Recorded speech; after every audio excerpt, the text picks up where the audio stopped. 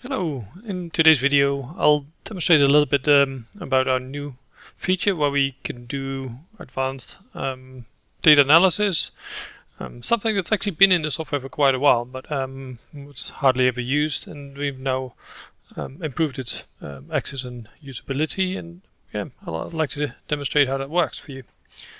So here we have the Lachine dataset, which is a large lead zinc deposit. And the first thing that we do is we take this SE data and we actually convert it to point data that we can then further analyze. So we drag and drop our drilling data here, and what we do is we extract interval midpoints.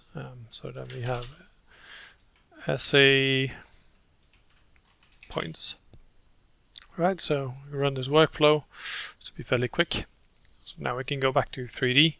We'll turn off the drilling. Now we have point data across this whole region.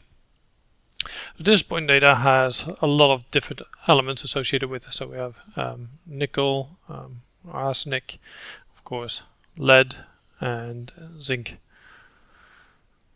So yeah, we can start looking at the regions with the higher grades and look at things that way, which is all quite nice and common to do.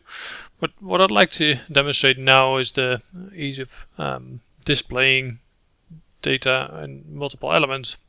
So for this we can click on this little histogram button here, which brings up the dialog where we can make multiple plots. Typically we have a frequency plot that we can use, some other things, but I'd like to draw the attention to this parallel plot for this, because we can actually have a very powerful way of looking at the data and highlighting selections because of it. So at the bottom what you see is all the elements associated with the point data.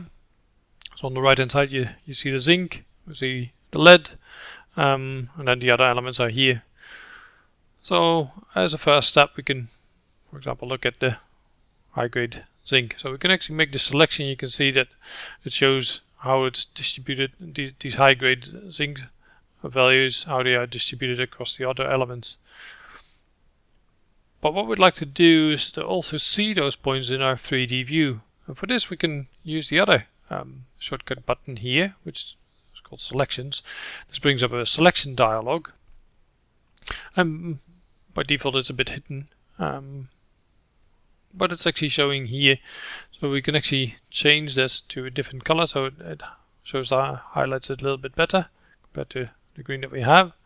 So now we can see which points we selected, and to demonstrate a little bit what it does, if we remove the selection, you can see that all the areas are gone in our 3D view as well. So this way we can actually say, okay, we want to see where we have concentrations of iron, for example, and in this case you can see that there's a high concentration of iron here, but very little of the iron distributed elsewhere. What you can then do, of course, is maybe if we extend this iron, if that's of interest to you, so you have lots of iron in different areas. But now we can actually say, oh, well, we see high iron levels, but there's also a number of them which have high copper. So we make another selection here. So now we've filtered our data based on our iron and our copper, and we can actually see that there's only a few points displaying in this region here. So this way we can get a quick idea of the distribution of the content. So as another example, we can also look at the cadmium, for example. Look at the high grade cadmium.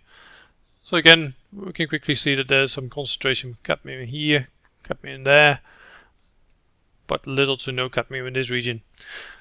So we can play with this quite easily just to get a spatial awareness of the regions of interest based on various different elements.